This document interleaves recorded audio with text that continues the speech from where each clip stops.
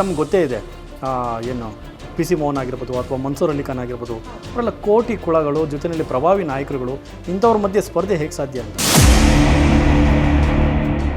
ಯಾಕೆ ಮಾಡಬಾರ್ದು? ನಾವು ಒಂದು ಮಹಿಳೆಯಾಗಿ ಈಗ ಕಾಲ ಬದಲಾಗ್ತಾ ಇದೆ. ಅವರು ಪಿ ಸಿ ಮೋಹನ್ ಕೋಟ್ಯಾಂತರ ರೂಪಾಯಿ ಇರ್ಬೋದು, ಅವ್ರ ಹತ್ರ ಲಕ್ಷಾಂತರ ರೂಪಾಯಿ ದುಡ್ಡು ಇರ್ಬೋದು, ಅವರು ಗೆಲ್ತೀವಿ ಅಂತ ಹೇಳಿ ಅವರು ಕೆಲಸನೂ ಮಾಡಿರ್ಬೋದು. ನಾವು ಯಾಕೆ ಸ್ಪರ್ಧೆ ಮಾಡಬಾರ್ದು? ಯಾಕೆ ನಮಗೆ ಆ ಅರ್ಹತೆ ಇಲ್ವಾ? ಖಂಡಿತವಾಗಿಯೂ ಇದೆ. ಯಾಕೆ ಮಹಿಳೆಯರು ಹಿಂದೆ ಬೀಳಬೇಕು? ಕುಕ್ಕರ್ಗಳಿರ್ಬೋದು, ದುಡ್ಡುಗಳಿರ್ಬೋದು, ನೈಟ್ ಆ್ಯಂಡ್ ನೈಟೇ ಹಂಚುವಂಥ ಕೆಲಸಗಳನ್ನ ಮಾಡಿ ಅವ್ರನ್ನ ಬೇರೆ ದಾರಿಯಲ್ಲಿ ತೊಗೊಂಡೋಗೋ ದಿಕ್ಕನ್ನು ಬದಲಾಯಿಸಿ ಜನರನ್ನ ಹಾಳು ಮಾಡ್ತಾ ಇದ್ದಾರೆ. ಇದು ಬದಲಾಗಬೇಕು. ಸಾಮಾಜಿಕವಾಗಿ ಎಲ್ಲರಿಗೂ ನ್ಯಾಯ ಸಿಗಬೇಕು ಮತ್ತು ಒಂದು ಸಾಮಾನ್ಯ ಮಹಿಳೆ ಗೆದ್ದು ಬಂದು ತೋರಿಸ್ಬೇಕು. ಅದೇ ಒಂದು ಛಲ ನನಗೆ. ಯಾವಾಗಲೂ ಗೆಲ್ಸೋರ್ನೇ ಗೆಲ್ಸೋದ್ರಿಂದ ಏನು ಪ್ರಯೋಜನ ಇದೆ? ನಿಮಗೆ ಏನು ಸಿಗುತ್ತೆ?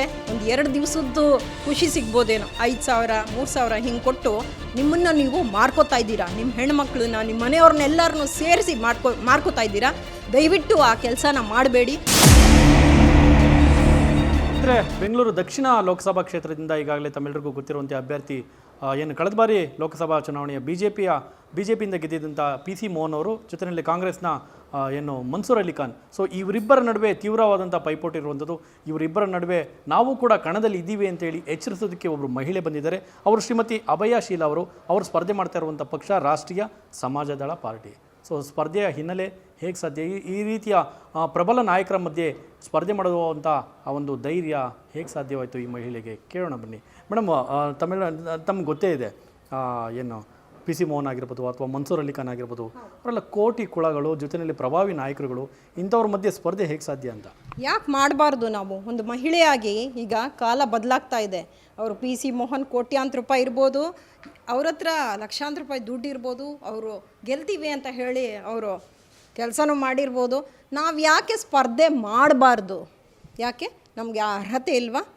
ಖಂಡಿತವಾಗಿಯೂ ಇದೆ. ಯಾಕೆ ಮಹಿಳೆಯರು ಹಿಂದೆ ಬೀಳಬೇಕು? ಹಾಗಾಗಿ ನಾನು ಧೈರ್ಯದಿಂದ ಈ ರಾಷ್ಟ್ರೀಯ ಸಮಾಜದಳ ಪಕ್ಷದ ವತಿಯಿಂದ ಬೆಂಗಳೂರು ಸೆಂಟ್ರಲ್ ಕೇಂದ್ರದ ವತಿಯಿಂದ ನಾನು ಅಭ್ಯರ್ಥಿಯಾಗಿ ಕಣಕ್ಕಿಳಿದಿದ್ದೀನಿ. ದಯಮಾಡಿ ಮತಬಾಂಧವರು ಒಬ್ಬ ಮಹಿಳೆ ಮುಂದೆ ಬಂದಿದ್ದಾರೆ, ಅವ್ರಿಗೊಂದು ಮತ ಕೊಟ್ಟು ನೀವು ನಮ್ಮನ್ನು ಹರಿಸ್ಬೇಕು ಅಂತ ಹೇಳಿ ತಮ್ಮನ್ನೆಲ್ಲರನ್ನು ಕೇಳ್ಕೊತೀನಿ. ಮೇಡಮ್, ಈಗ ಚುನಾವಣೆ ಅಂದರೆ ಅಲ್ಲಿ ಹಣ ಬಲ, ತೋಳ್ಬಲ ಎಲ್ಲವೂ ಬೇಕು. ಹೌದು. ನಿಮ್ಮ ಹತ್ರ ಏನಿದೆ? ನನ್ನ ಮೇಲ್ನೋಟಕ್ಕೆ ನೋಡೋದಾದರೆ ಹಣ ಬಲನೂ ಇಲ್ಲ, ತೋಳ್ಬಲನೂ ಇಲ್ಲ. ಹೇಗೆ ಸಾಧ್ಯ ಅಂತ? ಯಾಕೆ ಸಾಧ್ಯ ಮಾಡ್ಕೋಬೇಕು. ಮಾಡ್ತಾ ಇದ್ದೀವಲ್ಲ ನಾವು. ಸುಮಾರು ವರ್ಷಗಳಿಂದ ನಾವು ಸತತವಾಗಿ 15 ವರ್ಷದಿಂದ ನಾನು ಮಹಿಳೆಯರ ಪರವಾಗಿ, ಮಕ್ಕಳ ಪರವಾಗಿ, ಅಂಧರ ಮತ್ತು ಮದುವೆ ಕಲ್ಯಾಣಗಳಿರ್ಬೋದು ಸತತವಾಗಿ ನಾವು ಮಾಡ್ತಾ ಬರ್ತಾಯಿದ್ದೀವಿ ನಮ್ಮ ಸಂಸ್ಥೆಯ ಮುಖಾಂತರ. ಹಾಗೂ ಹೋದ ವರ್ಷದ MLA ಅಭ್ಯರ್ಥಿಯಾಗಿ ನಾನು ಯಶವಂತಪುರದಿಂದ ಕೂಡ ಸ್ಪರ್ಧೆ ಮಾಡಿದ್ದೀನಿ. ಅಲ್ಲೂ ಕೂಡ ನನಗೆ ಬಹಳ ಒಳ್ಳೆಯ ಮತಗಳು ದೊರಕಿದೆ. ಹಾಗಾಗಿ ನಾನು ಖಂಡಿತವಾಗಿಯೂ ಗೆಲ್ತೀನಿ ಅಂತ ಹೇಳ್ತಾ ಇಲ್ಲ. ನಾನೊಂದು ಶಕ್ತಿಯಾಗಿ ನಾನು ಏನು ಕೆಲಸ ಮಾಡಬೇಕು ಅಂತ ಅಂದ್ಕೊಂಡಿದ್ದೀನೋ, ನನ್ನ ಕೆಲಸಗಳಿಗೆ ಒಂದು ಸ್ಫೂರ್ತಿಯಾಗಿ ಜನಗಳು ಬೆಂಬಲ ಕೊಡ್ತಾ ಇದ್ದಾರೆ. ಆ ಬೆಂಬಲನ ತಗೊಂಡು ನಾನು ಮುಂದಿನ ದಿನಗಳಲ್ಲಿ ಗೆಲ್ತೀನಿ ಅನ್ನೋ ನನ್ನ ಭರವಸೆ ಇದೆ. ಎಸ್ ಮೇಡಮ್, ಎಂತೆಂಥ ಸಮಾಜ ಸೇವೆಗಳನ್ನೋ ಅಥವಾ ಎಂತೆಂಥ ಯೋಜನೆಗಳನ್ನೋ ಜನರು ಅದನ್ನು ಅನುಭವಿಸಿ ಅಥವಾ ಅದನ್ನು ಪಡೆದುಕೊಂಡು ಮರ್ತಿರೋಂಥ ಉದಾಹರಣೆಗಳಿದ್ದಾವೆ. ಹೌದು, ಖಂಡಿತವಾಗಿ. ಚುನಾವಣೆ ಸಂದರ್ಭದಲ್ಲಿ ಈ ಕುಕ್ಕರು, ಸೀರೆ ಮತ್ತೆ ಏನು ಎಕ್ಸೆಟ್ರಾ ನಿಮ್ಗೆ ಗೊತ್ತೇ ಇದೆ. ಚುನಾವಣಾ ಸಂದರ್ಭದಲ್ಲಿ ಆಮಿಷ ಹುಟ್ಟುವಂಥದ್ದು. ನೀವು ಮತದಾರರಿಗೆ ಏನು ಆಮಿಷ ಹುಡ್ತಾ ಇದ್ರಿ, ಏನೆಲ್ಲ ಕೊಡ್ತಾ ಇದ್ದೀರಾ? ನಾನು ಖಂಡಿತವಾಗಿಯೂ ನಾವು ಆಮಿಷ ಅಂತೂ ಏನು ಹೇಳೋದಿಲ್ಲ. ನಾನು ಹೇಳೋದು ಇಷ್ಟೇ, ನಿಸ್ವಾರ್ಥವಾಗಿ ನಾನು ಸೇವೆ ಮಾಡೋಕ್ಕೆ ಅಂತ ಬಂದಿದ್ದೀನಿ. ನಮಗೊಂದು ಅವಕಾಶ ಕೊಡಿ. ನಾವು ಕೂಡ ಒಂದು ಸಮಾಜ ಸೇವೆಯಲ್ಲಿ ಅವ್ರಿಗೆ ಬೇಕಾಗುವಂಥ ಕೆಲಸಗಳನ್ನು ಮುಂದಿನ ದಿನಗಳಲ್ಲಿ ಖಂಡಿತವಾಗಿಯೂ ಮನಸ್ಪೂರ್ವಕವಾಗಿ, ಹೃದಯಪೂರ್ವಕವಾಗಿ ಅವ್ರಿಗೆ ಕೆಲಸ ಮಾಡಿಕೊಡ್ತೀವಿ.